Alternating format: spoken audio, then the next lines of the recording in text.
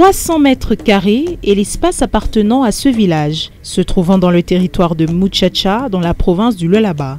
Il a comme voisins le village Samukinda, Kamembi, Mwilu, Kazembe-Lukwesa et Kalunda-Wifika.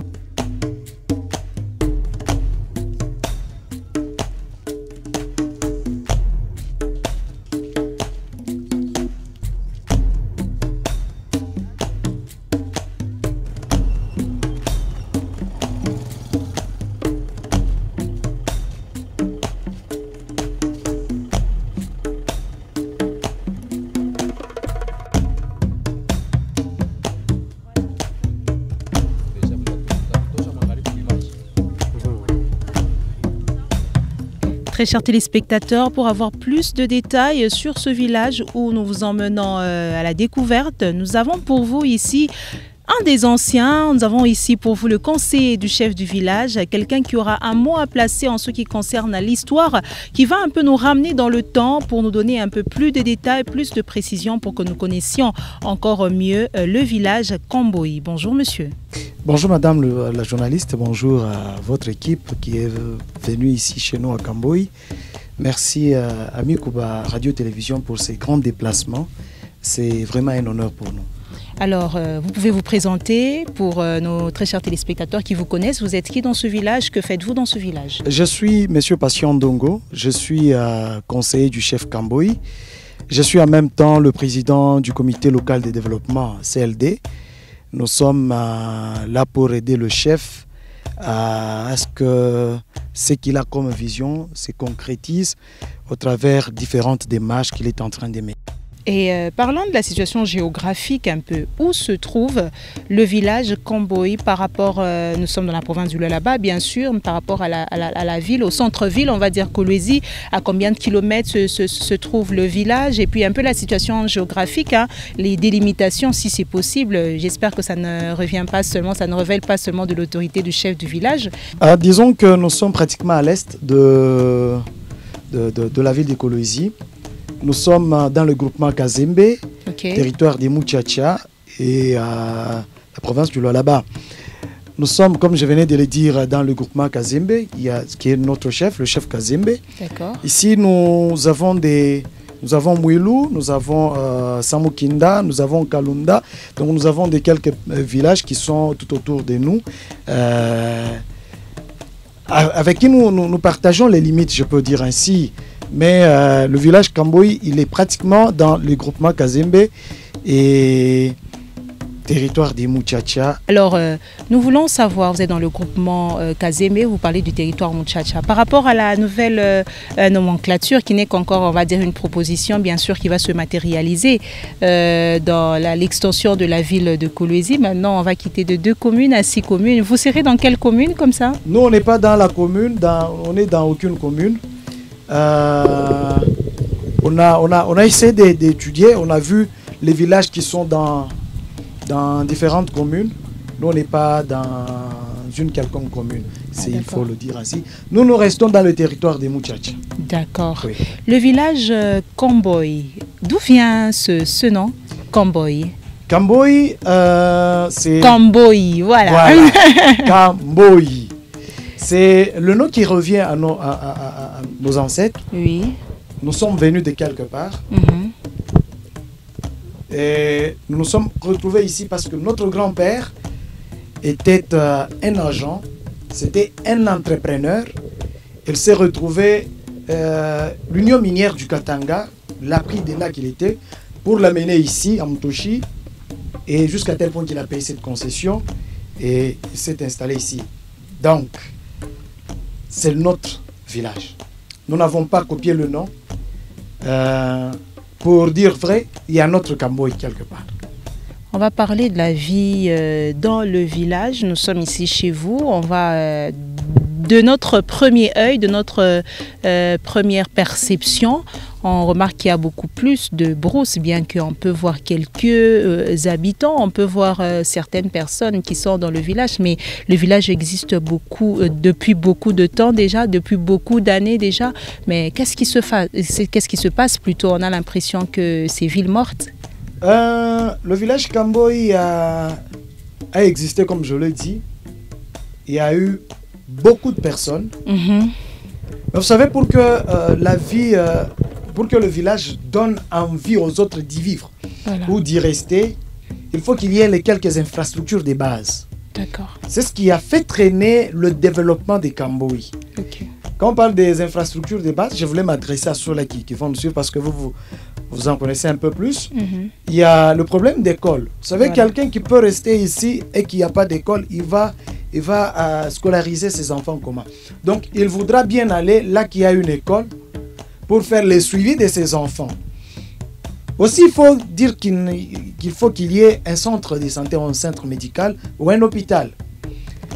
Mais parce qu'on n'a pas ces infrastructures de base, c'est ce qui a fait que certains habitants des Kamboi puissent se déplacer. Et ils ont décidé de quitter notre village pour aller ailleurs. Donc on va comprendre qu'ils étaient là, mais ils se sont déplacés. Il y a eu un mouvement de déplacement. Il y a eu un mouvement de déplacement, mais il faut dire aussi que depuis un temps, aux côtés du chef Kamboi, nous avons apporté quelques petites connaissances, quelques petites contributions pour que nous puissions développer ces villages. C'est pourquoi nous avons mis en place le comité local de développement pour essayer de répondre aux besoins de la population. Vous allez circuler avec nous et vous vous rendrez compte que nous n'avons même pas un puits d'eau. Bien qu'on a eu à suivre quelque part qu'il y a eu le projet de développement des 145 territoires. Mais on ne se décourage pas, on ne baisse pas non plus les bras. On est en train de se battre pour que d'ici 6 mois, si vous revenez ici, je vous promets, revenez ici à Kamboi après 6 mois, vous allez trouver que ce village sera urbanisé. Nous, on aime les promesses comme ça. Hein? Revenez après 6 mois. Je suis sûr de mon chef. Oui. Lorsque nous sommes à ses côtés, nous essayons de donner quelques idées. Il en a. On essaie peut-être d'ajouter quelque chose. Il peut être à 90%. Nous, on ajoute 5% pour faire 99 et 95%.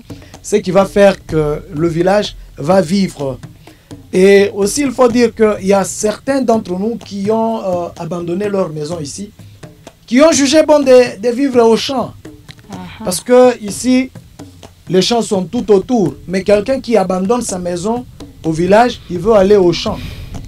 Alors, c'est la campagne que nous avons menée avec le chef Kamboi pour dire à tous ceux-là qui cultivent ici de rester au village et le matin, vous allez au champ. Donc, c'est un peu de cette façon. Alors, on va revenir dessus parce que vous avez commencé à épingler les différents défis auxquels vous faites face dans ce village. Mais maintenant, avec beaucoup plus de précision, vous nous avez parlé de manque de puits, vous nous avez parlé de problèmes d'infrastructure. Voilà, il y a un problème dans le développement vraiment. Et pour le quotidien de ceux qui sont encore là, ici, au village Kamboi, quelles sont les difficultés, en dehors de ceux que vous avez déjà cités, auxquelles ils font face? Madame, il faut dire qu'en dehors des difficultés que nous avons énumérées, il y a aussi un problème des routes. Il peut arriver que quelqu'un tombe malade la nuit. On va l'amener comment à un centre de santé pour la prise en charge. Or, nous avons... Le centre de santé le plus proche se trouve à combien de kilomètres ou de mètres? C'est pas à moins de 8 km, c'est Kizito. C'est pas à moins de 8 km. C'est loin.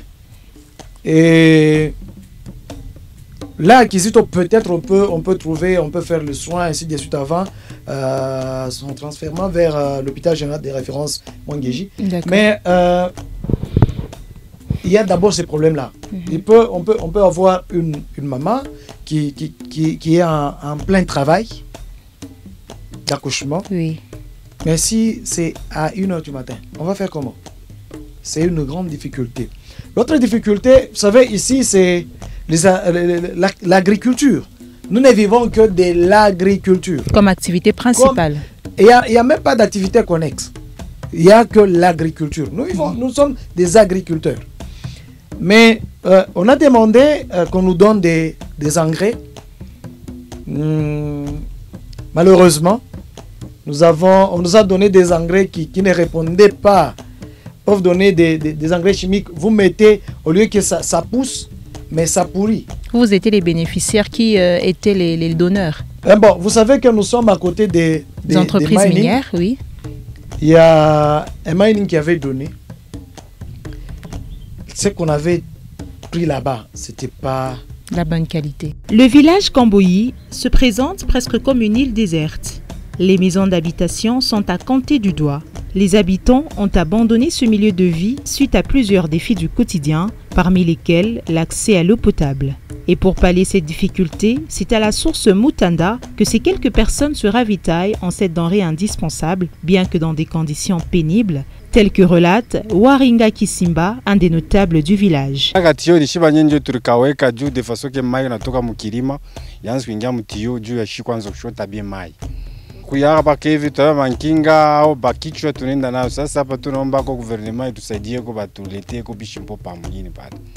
La découverte du village Kamboyi se poursuit, mais cette fois hors de cette agglomération rurale. Trouvé en ville, nous avons ici rencontré et trouvé pour vous le chef du village Kamboyi. Oui, je suis le chef Kamboyi. Je réponds au nom de monsieur Kachaka Kalunda, GG, et Jérôme pour les intimes. Et je suis là pour gérer le village Kamboyi. Monsieur Jérôme, chef du village Kamboyi, c'est depuis combien de temps que vous êtes à la tête, bien sûr, de ce village? Oui, nous sommes à la tête de ce village il y a peu de temps. C'est depuis le mois de décembre passé, donc vers la fin de l'année 2022 que nous sommes là pour gérer ce village. Donc on va dire que vous n'avez que quelques mois à la tête du village. Oui, nous n'avons que quelques mois, oui. Alors, brièvement, comment est-ce que vous avez accédé, bien sûr, au pouvoir? Oui, le pouvoir coutumier, lorsque nous pouvons nous référer à la loi portant statut de chef coutumier, on devient chef coutumier par hérédité. C'est un pouvoir qu'on ne peut pas avoir par nomination, mais par hérédité. Et cette loi portant statut de chef coutumier nous dit même que ne peut être chef coutumier que celui qui doit avoir droit à la succession. Voilà pourquoi quand papa est mort et la famille, en réunion de famille, on a jugé bon de nous donner la gestion de ce village-là.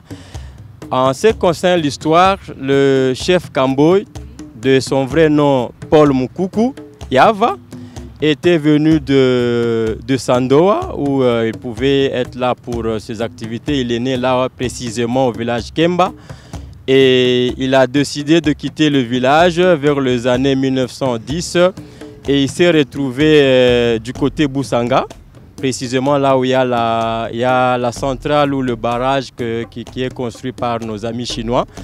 Et il devait quitter Boussanga. Il se dit en quittant pourquoi il devait quitter Sandoa. C'était pour ses raisons personnelles. Il voulait un peu entreprendre. Et comme à Boussanga avait la carrière de cassitérite, il s'est dit qu'il devait quitter le village pour vivre à Boussanga. Et c'est à Boussanga où est né notre papa que nous avons succédé, paix à son âme, M. Katanga Sampassa Belson. Alors, quand il s'est retrouvé du côté Boussanga vers les années 1914-1918, il a travaillé dans cette carrière-là de cassitérite avec des colons. Et il a commencé par être dans la ferme. Et en étant dans sa ferme, c'était un meneur d'hommes. Il ne pouvait pas se déplacer seul. Il pouvait se déplacer avec le membre de famille ainsi que ses travailleurs parce qu'il était déjà chef coutumier du côté Kemba. Alors, il est remonté vers Boussanga et en remontant vers Boussanga, il a travaillé avec des blancs, des colons à cette période-là, le Belge. Et ces colons l'ont trouvé vraiment important parce qu'il était dynamique, il était courageux, il était vraiment un homme fort, intègre, ainsi de suite. Et il était en train de travailler dans une ferme d'un colon. Et après avoir travaillé dans la ferme, le colon était obligé de rentrer chez lui. C'est alors qu'il voulait revendre sa ferme. Et notre grand-père Paul Mukuku s'est décidé d'acheter cette ferme parce qu'il avait un peu de moyens. Il était son travailleur. Mais entre-temps, quand il voulait vendre, il a trouvé que Mukuku était prêt à acheter cette ferme et il l'a achetée. Et en achetant cette ferme, il avait des travailleurs, il devait être là avec des gens, des membres de famille qui étaient vraiment avec lui. et ils ont fait ce travail. Et il a pris la ferme et après cette ferme-là, il s'est dit, bon, je suis là à Boussanga et mon papa vers les années 1937, il est né aussi là-bas, Papa Katanga. Et en naissant là-bas, il fallait remonter maintenant vers Kolwezi. Et en remontant vers Kolwezi, il s'est dit, bon, je remonte vers Kolwezi sollicité par le Blanc. L'homme blanc a trouvé qu'il était dynamique et parce qu'il devait être sur Kolwezi, ils avaient de grands projets. Il est venu avec le grand-père Paul Moukoukou. C'est alors qu'en étant avec ses colons, c'était pour de grands projets. Il devait faire ses plantations pour nourrir les agents de la Gécamine. Il devait faire ses fermes et avec la culture maraîchère, il a été obligé de donner à manger ou de ravitailler l'hôpital de la Gécamine, HPK. On avait une cuisine là-bas et c'est le grand-père Moukoukou qui devait ravitailler tous ces gens-là parce qu'il avait ses fermes et il devait cultiver et pour nourrir tous ces gens-là. Alors, chef Jérôme a donc succédé à son père, le chef Katanga. Oui. Donc, c'est du chef Katanga au chef Jérôme, mais on parle du village Komboyi. Oui. Alors, on veut un peu savoir l'origine du nom, de l'appellation du village. Le grand-père, lui, qui s'appelait Paul Moukoukouiava, mais avec comme sobriquet Kamboy, il s'est dit non, non, je suis Kamboy, c'est-à-dire c'est comme tout jeune. Un jeune a la possibilité de s'appeler Bulldozer, il est là, il s'est dit non, non, moi j'ai le nom GG Jérôme Kachaka Kalunda, mais je me dis Bulldozer, ou je me nomme aussi Poutine. Oui, mais il y avait une signification derrière le sobriquet, la signification c'est laquelle? Derrière ce sobriquet, il avait une signification qu'il ne nous avait jamais donnée parce que c'est vers les années 1949 qu'il est décédé. Et comment est-il arrivé à être tué ou à être empoisonné? Le colon l'ont utilisé pour faire la route nationale RN39. Et en venant ici, il avait proposé à ces colons que moi, le fait que je suis un meneur d'hommes, derrière moi, il y a toute une suite. Il me faut une très grande concession. J'étais chef là chez moi du côté Sandoa et ici, je dois continuer à être chef. Alors il fallait que nous donnions une portion où ils pouvaient vivre avec toute cette population. Alors ils se sont dit, où est-ce qu'on peut trouver? Le colon a trouvé qu'il était un peu exigeant. Il a choisi le stade Saditend. Ici, Saditend, donc dans l'histoire, quand vous demandez aux vieux, ils connaissent bien l'histoire. Le stade Saditend devait être là pour Moukoukou. Et il a trouvé que c'était un terrain sablonneux, il ne pouvait pas vivre là, il ne pouvait pas cultiver là. Ils ont proposé le bas, il y a un petit pont qui mène vers, la gare. Il a encore refusé cette partie. Alors le blanc le trouvant un peu exigeant, ils se sont dit, est-ce que tu peux chercher toi-même un endroit? C'est alors quand il a eu ce projet de faire la route Mutoshi, Rouemès, vers Nzilo. Et on a trouvé qu'il y avait de l'espace là-bas en faisant cette route RN39 qui passe par notre village. C'est alors qu'il va découvrir la source de la rivière Mutanda. Et à travers cette source-là de la rivière Mutanda, il s'est dit, parce que parmi les conditions pour faire l'emplacement d'un village, il faut la terre fertile, il faut une rivière et ainsi de suite. Alors on a trouvé que c'était le lieu où il pouvait faire sa ferme. C'est alors qu'il s'est retrouvé du côté Kamboy. Et nous avons acheté ça chez le chef Lubango, se trouvant dans le territoire dans le groupement d'Mpouéné. Le groupement d'Mpouéné? Oui. Parce qu'on parlait du groupement de Kazembe. Oui, nous sommes dans le groupement de Kazembe, mais nos terres où cette concession avait été achetée chez le chef Mpouéné. Oui. Non, chez le chef de groupement Mpouéné, mais chez le chef de terre Lubango à cette période-là. Oh. D'accord, alors si on doit un peu revenir aux défis auxquels font face les habitants de votre village, puisque vous êtes le 40e chef déjà? Oui, donc le fondateur lui-même, Kamboy Moukoukou, c'est Kamboy 1. Le papa qui est décédé en 2015, c'est Kamboy 2. Et moi, je suis Kamboy 3. Kamboy 3. Donc voilà, donc trois chefs déjà ont succédé à la tête du village Komboy. Mais actuellement, nous étions sur place, on a vu que voilà, il n'y avait pas beaucoup de monde et plusieurs difficultés sont rencontrées en termes d'eau, en termes d'infrastructures sanitaires, infrastructures routières et tout ça. Vous, en tant que chef, qu'est-ce que vous avez entrepris comme effort pour pouvoir tant soit peu imprégner votre marque, bien sûr, parce que vous venez à peine de prendre le pouvoir, mais aussi penser vraiment, réellement au développement de votre village, parce que c'est vraiment un grand espace. Oui, nous avons un très grand espace de l'autre côté et nous sommes en train de nous battre pourvu que, avec nos voisins, pourvu que nous puissions vraiment, que le développement puisse vraiment être remarquable. Nous sommes envahis par nos amis miniers et avec nos amis miniers, nous sommes obligés de signer de cahiers de charges avec eux. Alors, le fait que le village s'est retrouvé peut-être dans un désordre bien organisé, avec un peu de conflit là, mais tout sera bientôt réglé et nous sommes en train de promettre à cette population, et elle et nous, ensemble, le développement est vraiment possible. Vraiment possible et pouvoir encore réattirer toute cette population-là qui était partie pour quelle raison déjà? Bon, je pense que lorsque vous avez rencontré le notable, il vous a même dit que passez là dans 6 mois, vous allez trouver vraiment une transformation. Donc quand nous faisons de très grandes réunions avec tous ces gens-là, ils comprennent déjà la vision du chef. Et dans les 6 mois, quand vous allez passer, il y aura vraiment métamorphose et les choses vont totalement changer. Donc pour ce développement-là, ensemble peut-être avec les miniers qui nous entourent, nous allons les obliger désormais de faire quand même quelque chose pour cette population. Nous ne devons pas continuer à prendre de l'eau de la rivière tant que les miniers sont là et nous doivent forer depuis construire pour nous les hôpitaux et nous sommes déjà en pourparlers pour que cela puisse être fait dans un bref délai. Alors chef Kamboy, chef Jérôme, à la fois chef du village, à la fois professeur, double casquette, comment vous vous y prenez? Bon, l'enseignement vraiment est notre pas pour l'éducation. Le village lui-même a besoin de l'éducation, la jeunesse a besoin de l'éducation. Donc nous sommes là